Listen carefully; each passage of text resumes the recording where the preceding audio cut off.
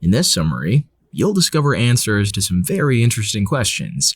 What bad habit did the people of China have in 1958 that led to sparrows causing the death of nearly 45 million people? What good habit did the blind man have that helped him escape a large fire?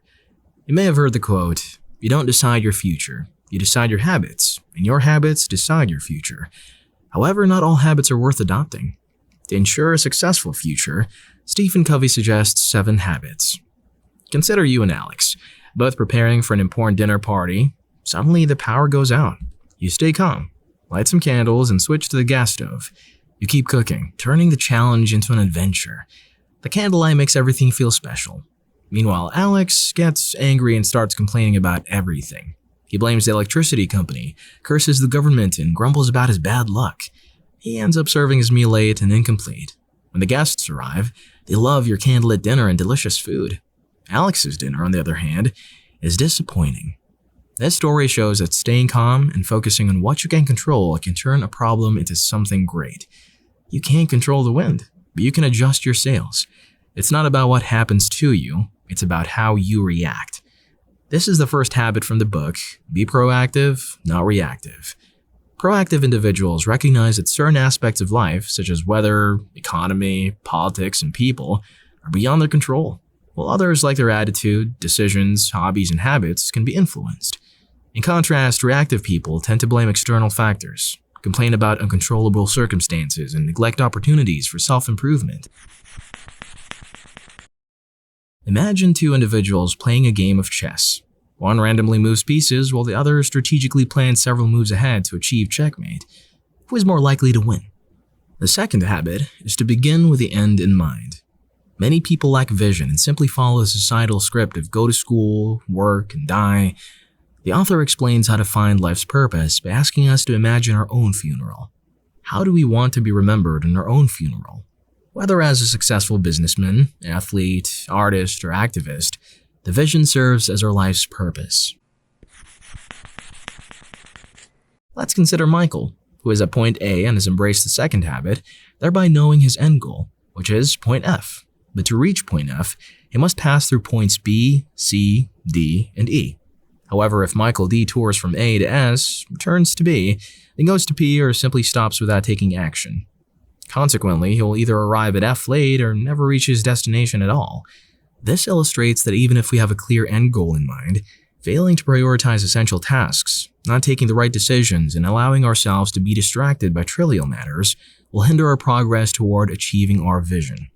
This is habit number 3 from this book, Put First Things First.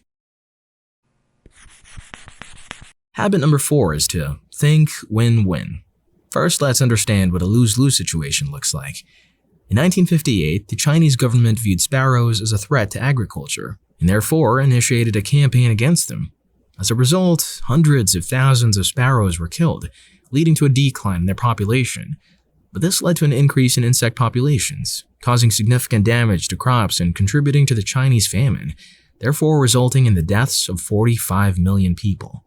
Hence, a lose-lose situation. Prior to this, it was a win-win situation as sparrows consumed a small portion of crops while also controlling insect populations. Now consider John and Robert, both factory owners.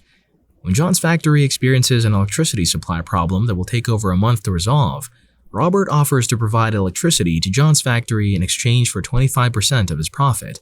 This benefits both parties. In life, it's important to recognize that the world is not a boxing ring, and winning doesn't always require someone else to lose. Collaboration and mutually beneficial outcomes are key to achieving success for all involved.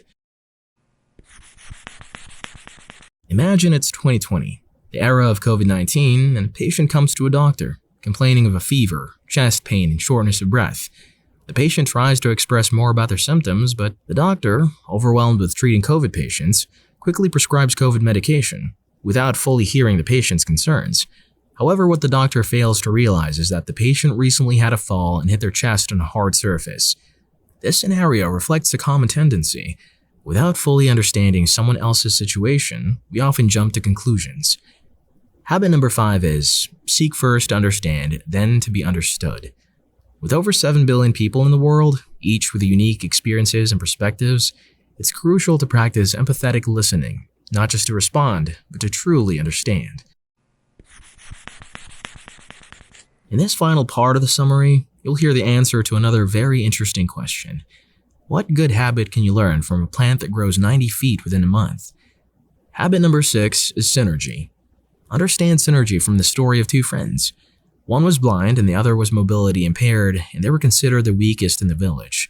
When a fire erupts in the village, everyone runs to a safe place except for them. They come up with an idea. The blind friend carries the other on his shoulder while the other guides him. Every human being is unique. Some people excel at one task, others at another. When they form a team, they can complement each other's strengths and weaknesses. Synergy is like the synchronized energy of different human beings working together for a common purpose. If all the players in a soccer team are forwards or all goalkeepers, they will not be able to win a game. You cannot adopt any of the other 6 habits without first mastering this final habit. Before discussing the last habit, let me tell you something. If you have watched the video this far, it means you're determined to change your habits. Believe me, you'll definitely adopt good habits and be successful in life. If you find this video valuable, please like and share it with someone you want to see succeed. If you take a moza bamboo seed and plant it in the ground, you will water and nurture the seed for 2 to 3 years with almost nothing visible above the ground. However, after 3 years, a tiny shoot will rise. Within 4 weeks, the plant can reach up to 90 feet, growing as much as 36 inches a day. You can literally see the plant growing. What was the plant doing during those 3 years? It was growing its roots, preparing itself for rapid and massive growth. Without an established root structure, the 90-foot-tall stem couldn't stand tall. The 7th habit is sharpening the saw. Now consider 2 individuals, you and John, both with the goal of running a marathon, and both of you have bought the best running gear and mapped out your training routes. However, you have taken the additional step of building your stamina and gradually increasing your endurance over time. Meanwhile, John doesn't see this as necessary. Who do you think will perform better on race day? Question arises, how can I prepare myself for the other 6 habits? The author outlines 4 areas for preparation: physical well-being, spiritual well-being, finding peace of mind, mental health, continuous learning through reading and listening to experienced individuals, and social connections, building relationships and spending time with friends and family. If you could instill one habit in every person, what would it be? Comment below.